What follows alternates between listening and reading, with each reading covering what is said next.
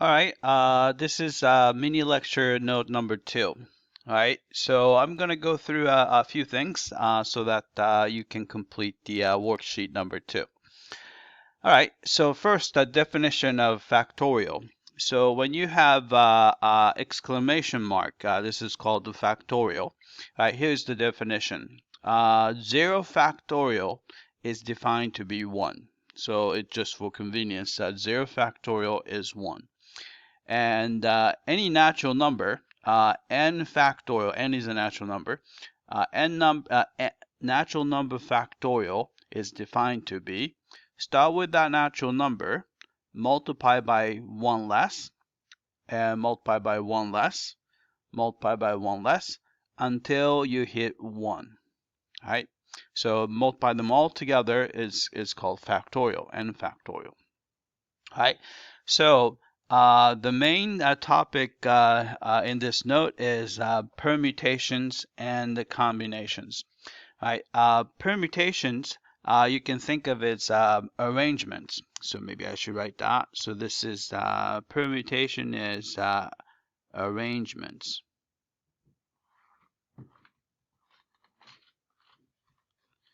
Which means that the order in which you choose an item makes a difference. Right? Combination is, you can think of it as a subsets, right? So the order in which you choose an item does not make any difference, right? So there's a neat counting technique for a number of permutations and a number of combinations. And I'll go through an example. Hopefully this will make sense.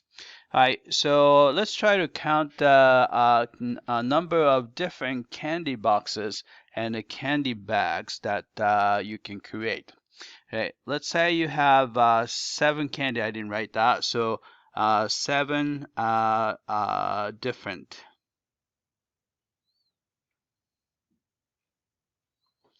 kinds of candy.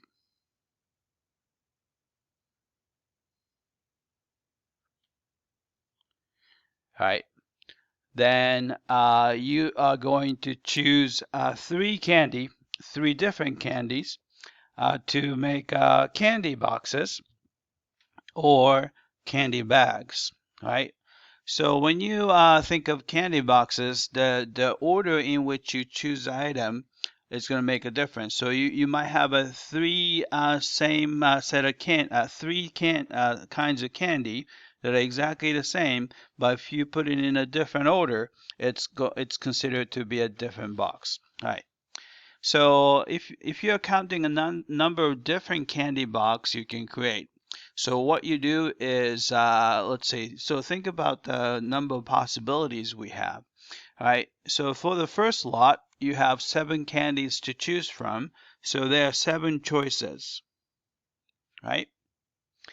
And once you've done that, so you cannot choose the one you already chose. So there are only 6 possibilities. So you multiply by 6, right?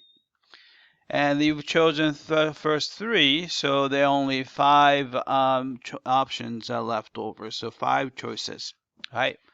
Then you multiply them all together. So what's this? 6 times 5 is 30. 30 times 7 is 210, right? So so we can create 210 different candy boxes, right? How about the number of candy bags? So since this is a bag, there's no slot.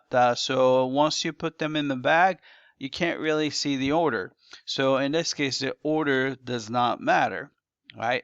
So number of candy bags that we can create, right? So what we need to do is we need to kind of compare that with the candy boxes. So how do we count the number of different candy bags? So in this case, order doesn't matter. So we're going to have much fewer candy bags. So here's what we do, right? So let's say you have exactly the same three candies. So I'm going to look at an example. Let's say you have three candies. Let's just say candy number 1, candy number 2, and a candy number 3, right? So let's say you put that in the same bag, right? So there's only one bag. So this is going to be one bag, right? And how many different candy boxes can you create using the same three candies, right? So candy boxes. So we can just put them in a different order, right? So I'm gonna just actually there aren't too many of them, so I'm gonna list all of them, right? So there will be 6 of them. The reason is maybe I should write it, write it all out and then explain how we get that 6, right? All right, so you can do 1, 2, 3, right? Candy 1, candy 2, candy 3 in that order. We can do 1, 3, 2, right? Or you can do 2, 1, 3, or 2, 3, 1, all right, and then you have a 3, 1, 2, and 3, 2, 1. All right, so there's 6 different candy boxes corresponding to 1 candy bags. So you can see that the ratio between number of candy boxes to number of candy bags is 6 to 1 in this particular case, right? Where did that 6 come from, right? 6 come from this. Since you're simply arranging 3 candies in 3 slots, what you do is, so first slot you have 3 choices, second slot you have 2 choices, last one you have to put the whatever left over. So this is going to be 3 times 2 times 1, right? We found we just learned a convenient notation, right? 3 times 2 times 1 is 3 factorial, right? And this 3 comes from we're picking 3 candy, right? All right, so therefore, number of candy bags we can create is actually find the number of candy boxes first, then you divide by the ratio. So number of different candy boxes can you create from one candy bag. So you do that, right? So this is going to be, let's see, so there was 2 actually. It's 6 cancel out. All right, so this is going to be there are 35 different bags. All right, so this is called the counting. This is called the combination number of subset or number of 3 candy of the group of 3 candies. All right, so when the order makes a difference, we're gonna use we're talking about the permutations. So we're gonna use this method, and then if you want to, when the order does not matter, then we're gonna use the combination, right? So let's make it into a formula, right? So we have 7 different candy to choose from, and we have to pick 3 candies, right? So what you do is this, right? So this is called the number permutation right here, right? The way you count is, so this is the number of candies, right? N, right? So in this particular case, maybe write that down. So permutation, right? We're choosing from 7 candies, right? Then we're choosing 3 candies, right? So 3 candies, this is R right here, right? So you do permutation 7, 3, right?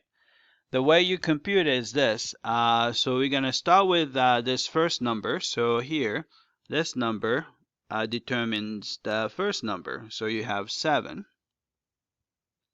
Then you go down one by one, so 7 times 6 times 5, right? And here you have 3 factors, right? This 3 comes from the second number, right? That's how you count the number of permutations, right?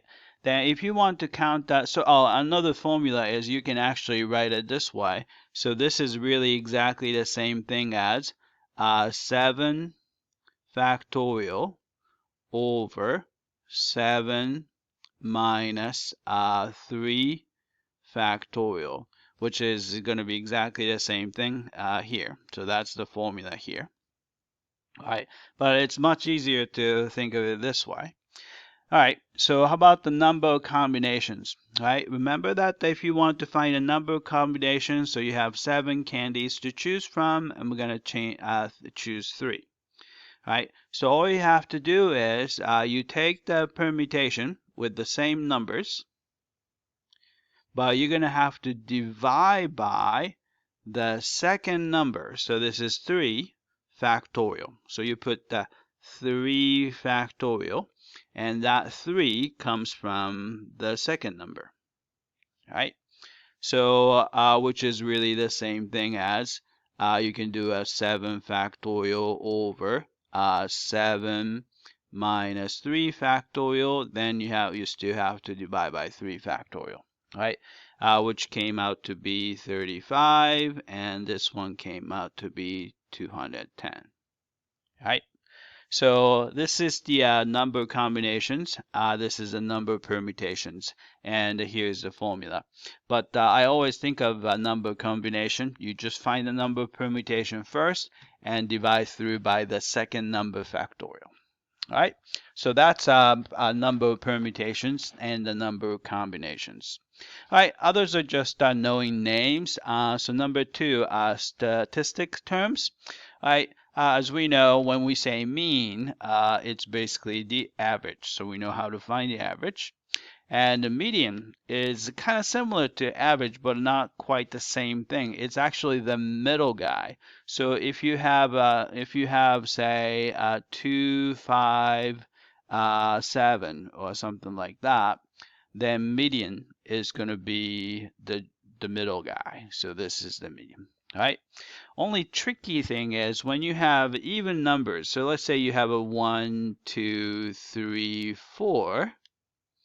Then you really have 2 middle guys. So what you do is you take the 2 middle guy and then average those 2. So in this case, it's a 2.5 is the median. All right.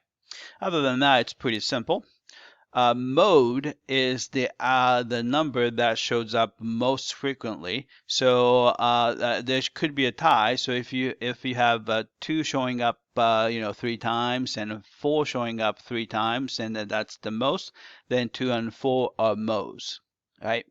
And the range is just the difference between the largest item and the smallest item. So if you're looking at this one, 2, 5, 7. You do 7 minus 2, which is 5, is the range. So very simple. All right. Number 3, Pythagorean Theorem is, you know what the Pythagorean Theorem is, right? So if you have a right triangle, and so I'm going to just draw a right triangle. So it has to be right. All right. So you do the a squared times b squared is going to be the longest one squared. Right, so that's what this guy is, right? And sometimes knowing a couple of special triangles and their ratios will be very, very helpful, right? First one is 30 degree, 60 degree, 90 degree triangle. The ratio is longest side is 2, which is the hypotenuse, and the middle one is square root of 3, and the shortest one is 1. So that's the ratio there. All right, and another one is a 45, 45, 90 degree triangle. The ratio is 1, 1, square root of 2. If you know those two, it helps you find the certain ratios or trig ratios and things like that. So they are very helpful. So be sure to know those two things. All right, I think that's all for note 2. I hope that this was clear.